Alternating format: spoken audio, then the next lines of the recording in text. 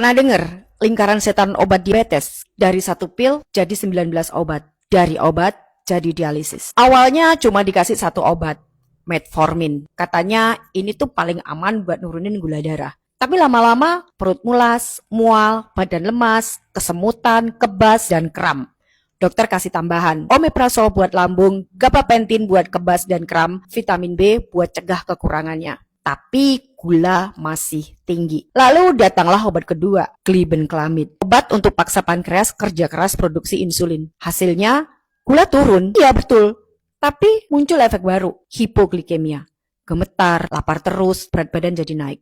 Kata dokter, ayo atur diet. Tapi metabolisme udah makin rusak. Berat badan naik, tekanan darah ikut naik, kolesterol pun melonjak. Masuklah obat berikutnya, yaitu amlodipin untuk turunkan gula darah. Simvastatin untuk kolesterol, tapi statin ini bikin nyeri otot dan lambat laun merusak liver. Amlodipin bikin kaki bengkak. Solusi dokter, tambah obat lagi. Selamat datang furosemide. Susah lagi kan namanya? Furosemide. Diuretik buat buang cairan. Tapi furosemide ini bawa efek samping baru. Kalium keluar terlalu banyak.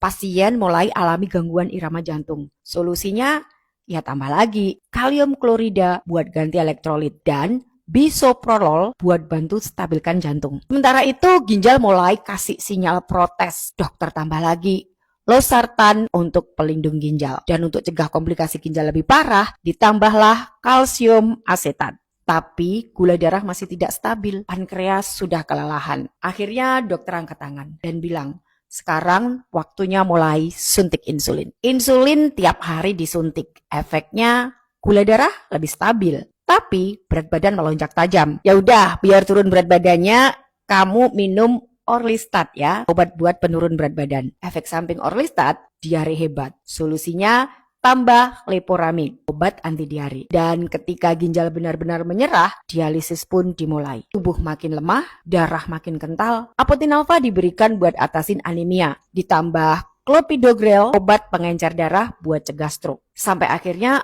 kamu mulai depresi. Terlalu banyak komplikasi, terlalu lelah dengan obat yang makin banyak, tapi badan makin rusak. Dokter pun kasih sertralin antidepresan. Tadinya kamu hanya minum satu obat, yaitu metformin, tapi sekarang setiap hari kamu harus minum ini.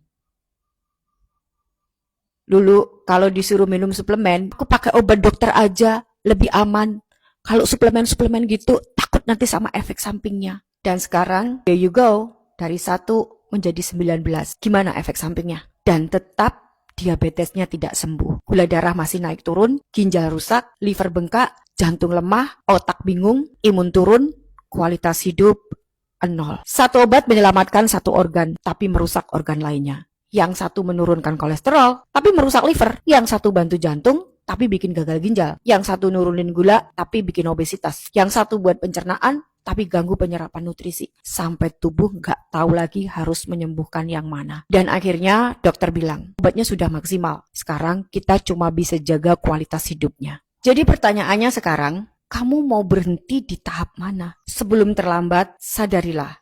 Obat itu kontrol, bukan pemulihan. Kalau hanya bergantung pada obat tanpa ubah gaya hidup, kamu sedang berjalan pelan-pelan menuju rusaknya tubuhmu sendiri. Masih ada waktu kok, masih bisa dibalik. Kalau kamu siap ubah pola makan, atur metabolisme, dan bantu tubuh pulih dari dalam. Kamu gak harus ikut antre di ruang dialisis. Bisa kok, kalian tidak tergantung dengan obat-obatan seumur hidup. Aku banyak banget melihat bukti orang-orang yang bisa mencapai remisi, baik yang aku dampingin secara pribadi atau yang melakukannya sendiri. Kalau mereka bisa, kamu juga bisa. Share video ini jika menurut kamu bisa bermanfaat.